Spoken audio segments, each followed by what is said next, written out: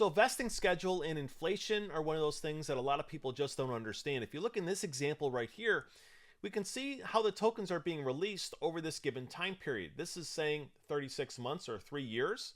And we can see over here, we have, if our total supply here is 1 billion, which is the top, that we have here right around 50 million tokens that are out in the very beginning.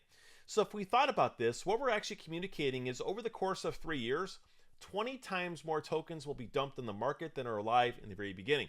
That's going to be a lot of emissions. That's going to be a lot of inflation. That will probably destroy the entire project. And that's why inflation becomes a really important thing to keep in mind. That's why vesting schedules are also extremely important. So in this example right here, what we're going to talk about is our cliff and our vesting schedules for our different allocations. I'm going to start off with going to my private sale. So here, I'm going to actually extend this out to 24 months. Now, this is completely up to what you feel your investors would be all right with. Here, what I'm saying is after 6 months, we're going to start distributing tokens, and after 24 months have passed, all the tokens will be distributed. So that's what this little linear vesting does. So it's really simple now to communicate to investors that this is 30 total months. After month 6, you're going to start getting your tokens until 24 months have passed. You will have nothing unlocked at TGE or the token generation event. In the public sale, we're changing this to be a little bit different here. Here we have our public allocation is 0 and 0, and also 100% at TGE, because public investors usually will not buy lockup tokens. They don't want to wait. They don't want to have things like this in most cases.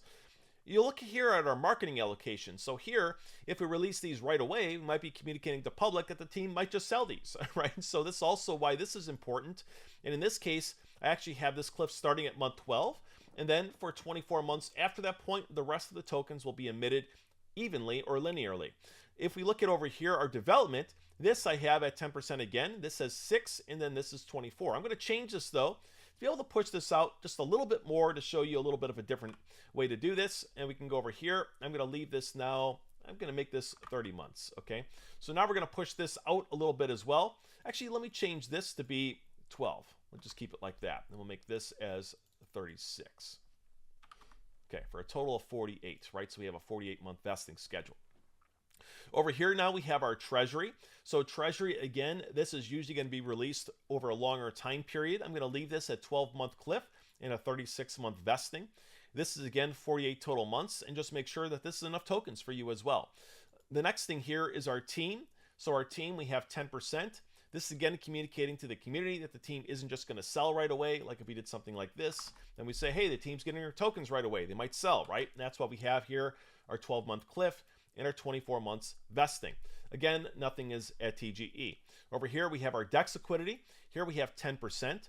There's no cliff and no vesting, and 100% at TGE. Why? Well, these are the tokens we use to pair with our token, with the liquidity on the decentralized exchange that makes it live for the very first time. We'll cover that in our next video, how that works. But that's what we're actually stating is these tokens, we need them. If we don't have them unlocked, we can't use them, and we can't create the liquidity pool. That will be a major problem. The next thing is the centralized exchange listings. If your strategy is to list on centralized exchanges, then you'll need tokens out to be able to do that, and you need to make sure that they're out, ideally with minimal emissions too, because you don't want your tokens locked up and not be able to put them on centralized exchanges. The last thing here are these growth incentives. In my standpoint, I don't really like growth incentives. I'm going to change this to be staking. All right, and now I'm going to keep this now 6%. Let me increase this. So I'm going to pull this from my treasury because I need some more tokens. And now I'm going to increase this to be 10%. And now we're back at 100%. So now I said I have 10% now of my tokens allocated for staking. I'm not going to give them across 6 months. That's way too fast. I'm going to push this across 2 years. So now I change this to 24 months. I'm not going to have any live in the very beginning. So now when I'm changing all these values, what's actually happening here is this vesting schedule is also being created for you.